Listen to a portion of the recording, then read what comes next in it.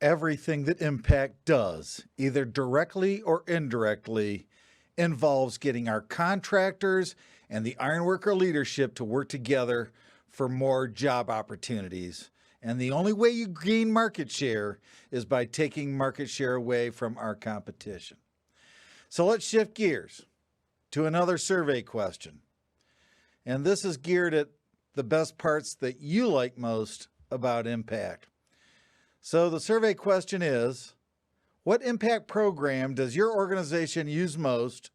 Click all that apply. And the choices are marketing, very broad category, contractor development, also broad, business development, you just heard from our business development folks, training and professional development that can be on the ironworker side or the contractor side, drug testing, or project tracking, which includes Dodge construction data or industrialinforesources.com. And in just a couple of seconds, we will share the results of this. And this tees up a conversation I had earlier this morning with General President Eric Dean and Bill Brown of Ideal Contracting on these very programs. So you can see on your screen that the training and professional development got 70%. Drug testing is still a high priority at 58%, followed by project tracking and so forth. I hope to see the contractor development and the business development, along with the marketing, start gaining more traction, as particularly the B and C really lend itself to more work hours. All right, now we're moving to our segment where Eric Dean, the General President of the Iron Workers, Bill Brown, the co-chair, management co-chair of Impact, and myself talk a little bit about Impact and what you, the real Impact, the contractors and the local union labor leaders out there, the district council presidents, get out of your program. So let me throw it out to you first, Eric. You know, what has evolved in Impact in these last 18 years and take us from 2003 to kind of where we are today? Well, I believe that we created a labor management program as an umbrella trust to take over some existing things that we were doing. The National Fund was in existence providing training for apprentice instructors and journeyman certifications and recertification. So we built that into the level of service we did, and we looked to expand across various things we did. As Impact evolved and we had a convention, we constitutionally mandated that we took and we implemented all of Canada to be included, and recognizing there are different needs in Canada. There's different apprenticeship training issues, there's different safety issues, and we took and expanded that. We embedded our safety department, and we not only service the needs of our members and our members and our local unions, but the contractors. We put our Davis-Bacon department, which was a function of the international. Well, you know what? It's not only for the union for filing time, it was for employers to help navigate bidding projects and get those initiatives going. So we built off of the existing things we did and then looked for programs to expand. And I'll toss it over to Bill because I know there are some management initiatives that we baked in there, in addition to our North American drug testing database, which helps our contractors and our members get on industrial facilities. Bill? Yeah, Eric. Well, looking back in history, one of the things, the III was in existence prior to Impact. And we thought it was only natural to have the III be part of this initiative and to engage contractors with labor on a more face-to-face basis. And so we did that, and we took some of the funds that were still available from III and put them into the Impact funds. Training, as Eric said, was brought in under the umbrella of Impact. Davis-Bacon, which is, you know, Eric made a good point. A lot of people say, well, why do contractors even care about Davis-Bacon, you know? And well, we do, because we want to know where the bottom is, you know? And so it does help us bid jobs, and it's a good investment for our contractors so that they know where they are and what prevailing wage is in the various localities where they work. When we started Impact, and this goes all the way back, as you said, in 2003, and Joe Hunt had just been elected general president in April that year, we had our first meeting to talk about it in May. And it wasn't long. We got the Don Taylor from the NEA. We knew we had to have the support of the NEA to make this thing work. And Don was on. He was, hey, let's go with this. And we did it. And we grew and we grew and we grew. And now it's seamless in terms of you can't tell, at least I can't, is this a labor initiative or is this a management initiative? It's an industry initiative. Well, I know firsthand by speaking with Mr. Hunt, past President Emeritus Hunt, that one of his goals and initiatives were that we met every 3 or 4 years to renegotiate the collective bargaining agreement. And sometimes it became adversarial. We'd hurl insults and we'd demean each other's importance. But what he really said was we agreed on 85% of the things that we talked about, and we bickered over how much money was going in the ironworkers' pocket, how much was staying in the contractor's pocket. But contractors wanted a safe work site, ironworkers wanted a safe work site, and we always came to a resolve through our collective bargaining. This provided us an opportunity and a vehicle to meet multiple times a year to settle our differences or come up with solutions to the industry that are not collectively bargain related, where we allied ourselves, and it fostered, I think, better labor relations and took the devil's horns off of both the union leaders' head and the contractors' head and put our arms locked together, going to the legislature, coming up with solutions that, you know, if it's access to job sites with TWIC cards or military installations, fostering the collaborative spirit to provide solutions that are industry related really grew out of from the very formation. III was doing some of that, looking for new initiatives. The National Training Fund was building off of tried and true things. But you know, Bill gives a great point there. By melding the National Training Fund together, the III together, and then looking for new initiatives, which we've done quite a few, which I know the rest of our conversation is going to steer towards what else have we done. So, you know, within the last 30 days, all three of us have collectively been on calls with each regional advisory board co-chair, both the ironworker and the contractor. What was your takeaway of those calls? Well, you know, it was really interesting. Since they were independent calls, but there were so many common denominators in that phone call. Superintendent training, I think, was, and for both labor and management, superintendent training was a big, big deal. Safety training was a big, big deal.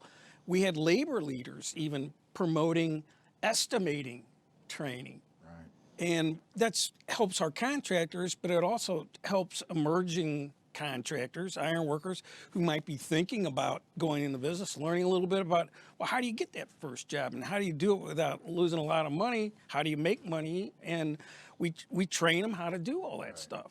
And it's been received well. We need more safety training. We need more superintendent training. That was made very clear on those phone calls. And we're going to do that. Yeah. We've got our marching orders. What do you think? And I would say that, you know, driving safety, there's more and more regulatory hurdles placed on the contractors and our members via certification or requirements. So one, we developed curriculum to train for that, but there was a growing need for more of that, more discussion on how to navigate COVID, more discussion how to navigate reinforcing steel standards that are bubbling up in different states, how to implement and resupply our senior leaders. You know, I've been writing ad nauseum since I became general president that one of our goals or missions has been to replace the outgoing baby boomers. These are our most experienced iron workers, and they are oftentimes senior leaders within the union, senior leaders within companies, they're foremen and general foremen. So we adapted through impact and we expanded the curriculum to provide more. But there was a growing need that we need to increase the frequency, and we got to get past this COVID hurdle, but we got to start training more and more because we're about halfway through the baby boomer retirement wave, but there are many more expected to go. So the union, it's incumbent upon us to groom and educate. Once the local unions elect and choose their leaders, we've got to make sure they can navigate legally the Constitution of the international and labor laws in the United States and Canada. We got to make sure that our foreman and superintendent are going to be, they're going to be younger with probably less experience, probably more book smarts and technology capabilities, but we're seeing every day through impact grants that allow us to incorporate technology into our training, whether it be in that foreman or superintendent training or simply paying for more technology or delivering our instruction in school. Our young kids today, they're used to learning with some technological aid. Our teachers are oftentimes folks that learn from textbooks or practical instruction. We need all of the above. But impact through the financing and resources has provided that ability.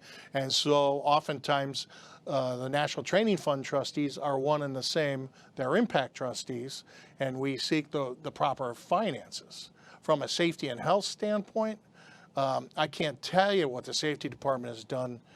Yeoman's work as far as helping steer and navigate through this COVID crisis, and helping contractors and helping our members navigate safely. We can't do anything without our contractors. Contractors can't do anything without safe, skilled iron workers. So you guys are all very intimate with the budget of impact and each line item. We go through it more than 3 times a year. You guys go through it 6 times a year. And we like to really use every penny to its very greatest value. When you look down that list of all the things impact does, obviously drug testing is one line item in that. What's your takeaway? What is your favorite, wow, I feel like we get the best bang for our buck out of X? Who wants to take that one? I'll start, and I'm going to disclaim something you said. In the beginning, when impact was formulated, I think a lot of the labor leaders tended to cop out that impact was simply a drug testing vehicle. Right. We provided a database.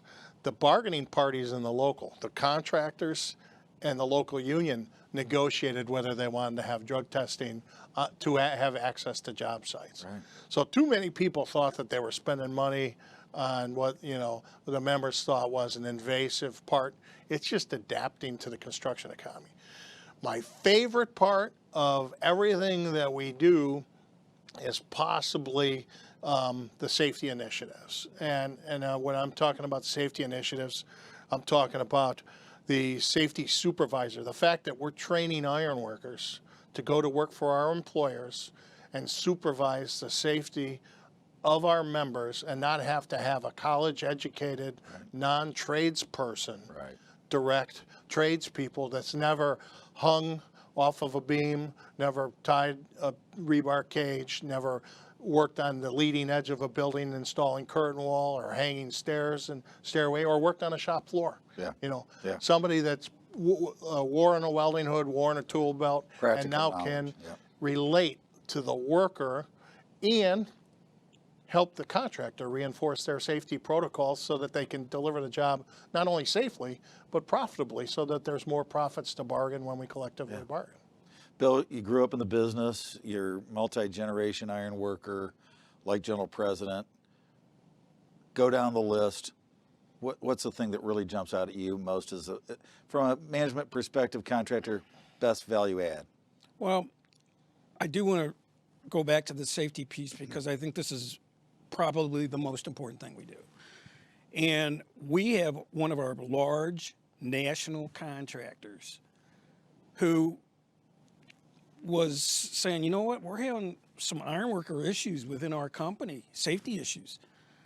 And they came to us, they came to Steve Rank and our executive safety director, and we put together this program for training ironworker safety people, credentialed. Now, this huge, large national contractor will tell you any day of the week, the best safety people he has are these trained ironworkers. And that contractor is multi-craft. And he's multi-craft, that's right. That's a good point. So now he's got ironworkers out there, you know, of course, monitoring any of the ironwork they do, but any of the lifts they do, any craneage, all that stuff, they're monitoring all the different tasks on a job site. And not only do we have to answer to this contractor, but we have owners calling now, major U.S. owners saying, hey, we need help of your training in this area. We're having trouble on our job sites with this situation. And we have responded. Mm-hmm. And because of the response, we gain the respect of our owners, and they think, you know, hey, you know what, that next project, that's going to be union ironworkers on that project. So that really helps us get the work. That's the key, is getting the work right. I mean, you know, if you don't get new work, who cares? You know, this is just a bunch of blather, right? So regaining market share or gaining lost market share, however you want to talk about it, knocking on new doors, getting ironworkers in new places. Well, talk to me about that. Right now, the company I'm working with is from the Midwest, and we've been looking at jobs in the near South and Southeastern United States, and have really gotten help from the district consuls involved to help us be competitive, and we're bidding in a non-union world. And for us to pull down some of the jobs that we've pulled down is just, that's the working relationship between the union and management, and I promise you, that wouldn't be there if it weren't for Impact. Good point. And I would echo that. I would say through Impact, both Bill and I and yourself, and we bring various team leaders, various contractor leaders, various labor leaders, and we've been attending large-scale owner, end-user type meetings and literally marketing our competence and our safety performance down to the rank-and-file member. In the beginning, it was met with a skeptical eye, and especially in the South. Mm-hmm. These large industrial owners, sometimes they're fair with us in some markets and open shop or merit shop in others. We're seeing significant increase in low-density areas of increased utilization of both not only northern contractors heading to the South, but actually national contractors picking up jobs in areas where we have less than 10% market share. So for me, it has led with a top-down approach and a consistent not going away. You know, we're going to sit, we're going to discuss with you. We know that the answer is not always going to be yes, but how do we work to yes? And by having the owners see management and labor sit together, it sells that we're sticking up for the rank and file contractor, and every contractor, whether they're in the leadership of Impact or they're just signatory to a collective bargaining agreement, they have an opportunity at that work. And we've seen increased opportunity. Has it been robust or as fast as I like? Never is. Right. You know, I have an insatiable appetite for growth, and so I could blame it on the members, I could blame it on the leaders, I could blame it on contractors unwilling to bid an area. Yeah. But I can tell you in 5 years, I've seen places where, like, hey, we got a job down in North Carolina. Carolinas were a bastion of low density area, and we've been picking off big jobs. Georgia, Alabama, Florida, Texas. We are now having our partners deal with end users and keep reporting back that, yeah, we secured this job, and it's like, I mean, 6 raising gangs, big jobs. Right. Curtain wall jobs in Nashville that we weren't getting 10 years ago, we're getting today. Not all, right, but we're getting more. Yeah. And we're building the competence through our members, through our training, and through our collaborative partnership, and then the owners, and then old-fashioned organizing work through the union, which is independent of Impact. But, you know, sometimes the union's got to do what it's got to do for leverage, but collectively, I'd say our partnership bodes very well. So I'm going to ask you guys a trick question, right? Okay. This is a chicken or egg question. What comes first, the chicken or the egg?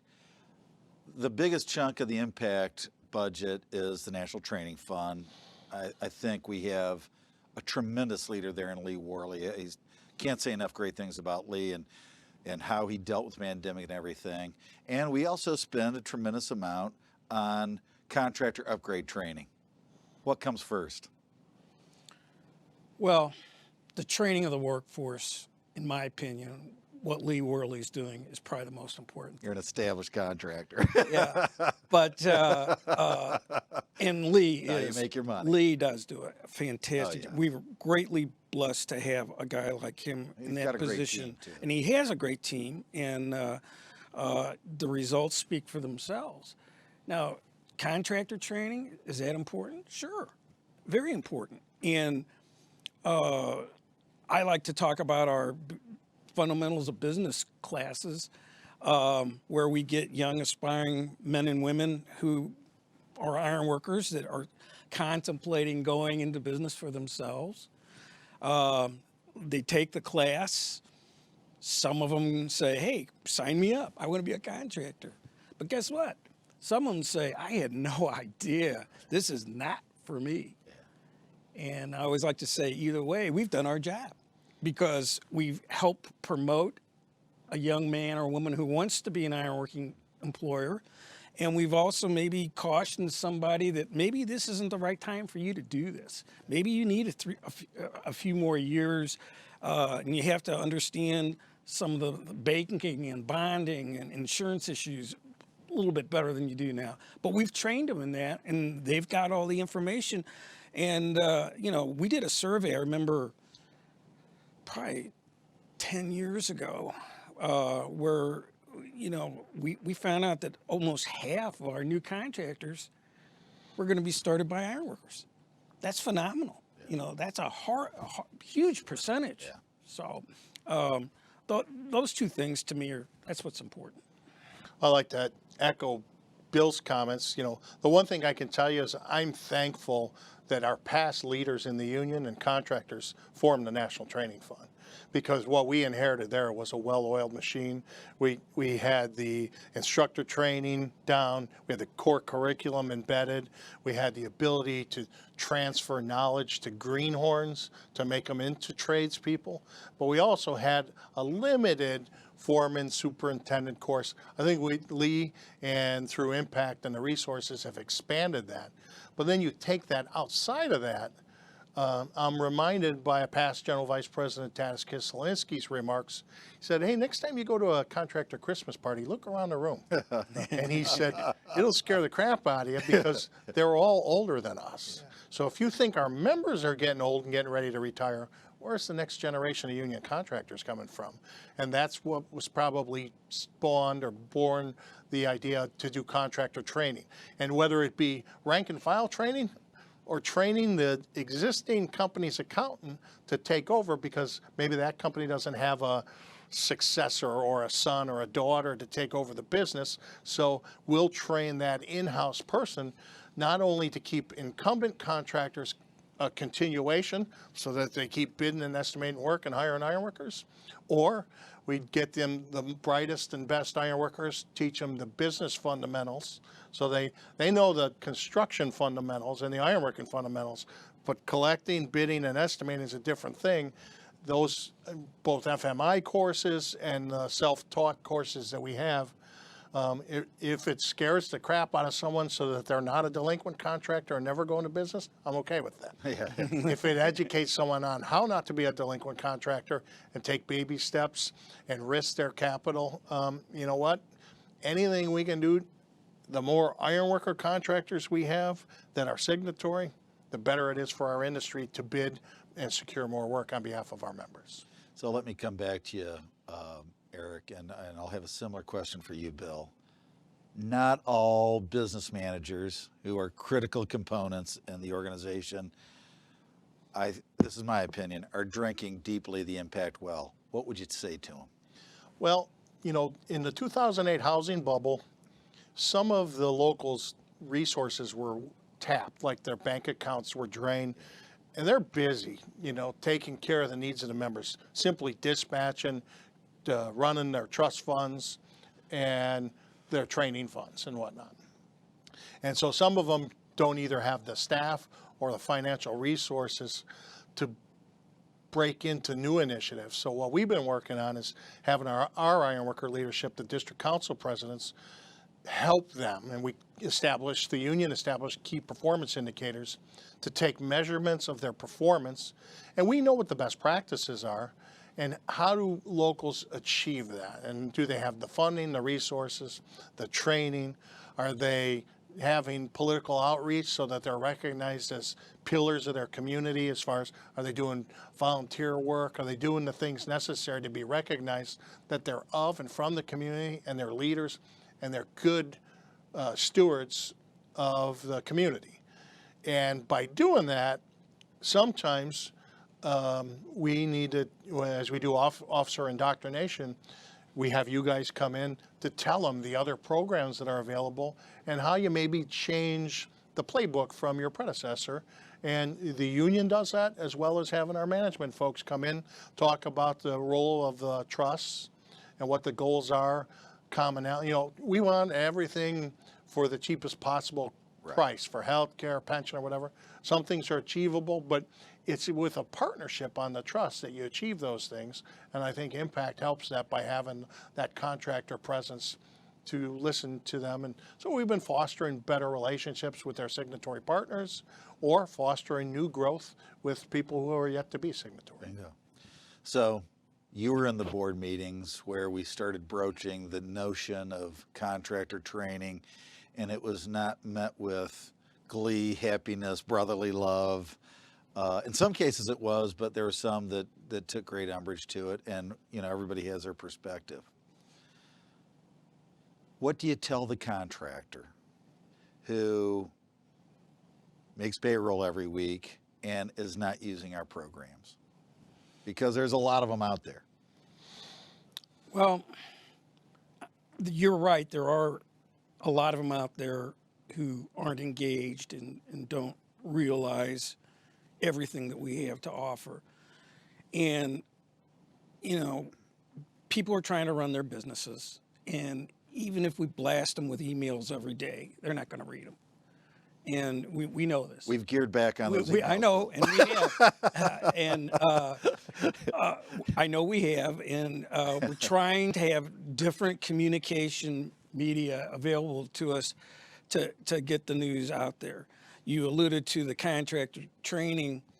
Yeah, we had some contractors at the beginning. Well, why should I train my competitor? Right. Okay. And to me, being successful in this industry means I don't really have competitors, quote unquote. I just know a bunch of guys that are in the same business I'm in, and maybe they want to do the same job I want to do. But at the end, we're all employers. We all have the same wants and needs. We have the same challenges and goals. And working through Impact, we can help mitigate some certain types of exposures. Do you want some new contractor out there bidding work at half the price of what the market is? Of course not. But how do they know that unless they've been trained for that? Okay. We don't want stupid contractors out. We don't want people to fail. Right. It hurts our existing contractors, and it hurts that individual who's trying to do that. So we've established the protocols to where we can help educate these folks. And what I'm finding out now is more and more of our contractors, is they get to meet more contractors because of Impact and because we get to meet so often. I'm seeing joint ventures developing, LLCs, contractor, subcontractor relationships, and it's all because of Impact. Some of these associations that we're involved with right now, like Kurt, for example, every owner who buys our services that you'd ever want to meet is a Kurt participant. Yeah. Guess what? Impact's there every time. Yeah. And we invite our contractors to come and meet some of these individuals, the big power companies, the big three, Toyota, Honda, they're all there all the big manufacturing companies, the big high-tech companies are all there. And it's just a big, happy hunting ground for the union ironworking industry if you utilize it correctly and if we're willing to serve on their committees and be engaged, which we are. Or just And- use our program. And it's just an opportunity, and you can't believe the response we get from these owners. We had no idea. Yeah. So, No, they weren't born knowing that. So we're down to the 2-minute warning, or just a little bit less than that. I want to take a point of privilege, if I may, is just remind the audience out there, we've got some outstanding regional directors, east to west, Mark Thomas, Kenny Waugh, Zach Gorman, Harvey Swift, Jimmy McGuire, and Bert Royer covers Canada. Use those guys. They're there for you every day of the year, literally, and they are all bought in, believe me. So we've got just over a minute to go. Parting shots, General President. Well, to all our contractors and all our members, I miss the opportunity to be together in person, be able to have a cup of coffee, maybe a beer, talk about local union initiatives, local job specifics. We're getting there. We're getting our vaccines. Look forward to the day when we get the opportunity. Bear with us on this virtual one, and here's hoping that our next one is in person so we can press the flesh and solve some of the issues that are at hand. Bill? I ditto General President Dean's remarks. It is tough having to meet this way, but we're making the best we can out of it. And we will still be there. The phones still work, and we're there for our contractors and for our members. And I can't thank the leaders of especially the international leaders and our district council presidents and all that for how engaged they've been, even more so during this COVID epidemic. Well, leadership is everything. And you can't have a highly successful organization without great leaders. I thank you and I applaud you and our tremendous board. The brain power on the Impact Board is truly impressive. And I thank you guys for your time right here today.